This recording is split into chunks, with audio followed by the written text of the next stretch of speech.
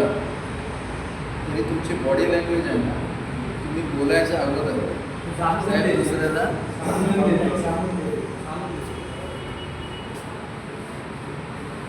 आणि तुमच्या मेंदूला शब्दांची भाषा नाही समजते, त्याला कशाची भाषा समजते?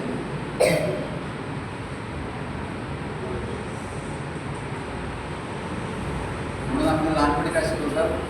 ए for apple, B for ball आणि सी फॉर. आता तुम्ही सगळेजण जसे बसलाय, त्या बसण्यावर समोरचा माणूस सांगू शकतो की तुमच्या आतमध्ये काय चाललं.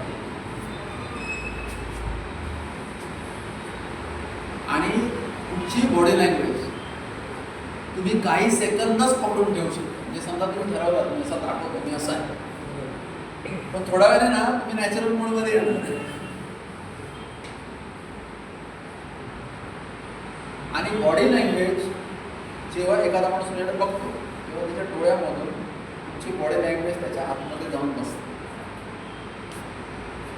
आणि पहिलं मत जे बघतं ते तुम्हाला मत बघतो तुमच्याबद्दल, ते तुम्हाला बघितल्यानंतर.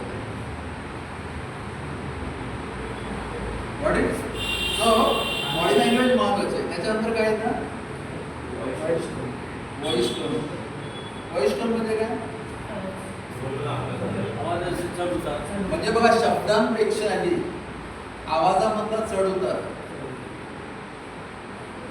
म्हणजे तो आवाज आहे ना, तुम्हाला रिदमिक वाटला पाहिजे, तो ऐकावासा वाटला पाहिजे. तो व्हॉइस टोन खूप महत्वाचा आहे. आता जर मी जे बोलतोय ना, इथं नुसतं असा साधा बोलत राहील, कसे आता तुम्ही काय चाललं तुमचं, बघा हे खूप छान आहे, हे असं करायला लागले, तुम्ही लगेच 2 मिनिटात बोलून नका.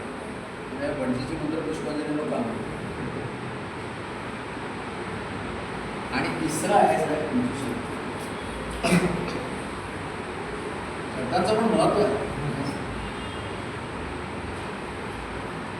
बघा, आता हे आपल्याला माहीत नव्हतं, आपल्याला काय वाटत होतं शब्द महत्वाचे. साहेब, शब्द महत्वाचे आहे, पण त्या अगोदर जे शब्द तुम्ही उच्चारताय त्याच्यामधून तुमची जी बॉडी लँग्वेज होते, बरोबर आहे ना, त्याचा असर जास्त. तर तो कसा होतो तुम्ही तुम्हाला